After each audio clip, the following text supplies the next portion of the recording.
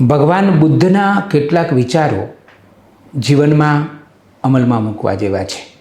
ભગવાન બુદ્ધ કહે છે કે માણસે જીવનમાં ક્યારેય શંકા ન કરવી જોઈએ, કારણ કે શંકા માત્ર સંબંધોને જ નહીં પરંતુ માણસને પણ બરબાદ કરી નાખે છે. ક્રોધ કરવો એ બીજા ઉપર ગરમ કોલસો નાખવા બરાબર છે. કોલસો બીજા ઉપર નખાય એ પહેલાં આપણા હાથને બાળી દેતો હોય છે. ભૂતકાળ પર ધ્યાન ન આપો અને ભવિષ્યની ચિંતા ન કરો. તમારા મનને માત્ર વર્તમાન ઉપર જ કેન્દ્રિત કરો. જો તમે તમારી જાતને સાચા દિલથી પ્રેમ કરતા હશો તો તમે બીજાઓને ક્યારેય ધિક્કારી નહીં શકો. તમે જે વિચારો છો એ જ બનો છો, માટે હંમેશા શ્રેષ્ઠ વિચારો. કોઈ પણ મુકામ પર પહોંચવા કરતાં મુકામ સુધી ચાલવા કરેલી યાત્રા વધારે મહત્ત્વની હોય છે. સાચો પ્રેમ હંમેશા સમજણથી જ શરૂ થાય છે. બીજાઓ ઉપર વિજય પ્રાપ્ત કરવા કરતાં આપણી પોતાની જે કમજોરીઓ છે, મર્યાદાઓ છે, આપણી જે લિમિટેશન્સ છે, એના ઉપર વિજય મેળવવો વધારે મહત્ત્વનો છે.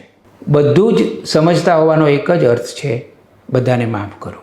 આપણે જો ફૂલ ખીલવાને પણ એક ચમત્કાર માનીશું તો આપણું જીવન પણ એક ચમત્કાર છે એવું માનતા થઈ જઈશું.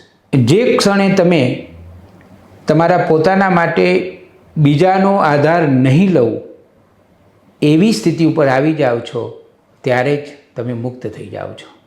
જે રીતે કોઈ પહાડ ગમે તેટલો ગતિશીલ પવન હોય તોય ચલિત નથી થતો, એ જ રીતે દરેક વ્યક્તિએ પોતાની ટીકા કે પ્રશંસાથી ચલિત ન થવું જોઈએ.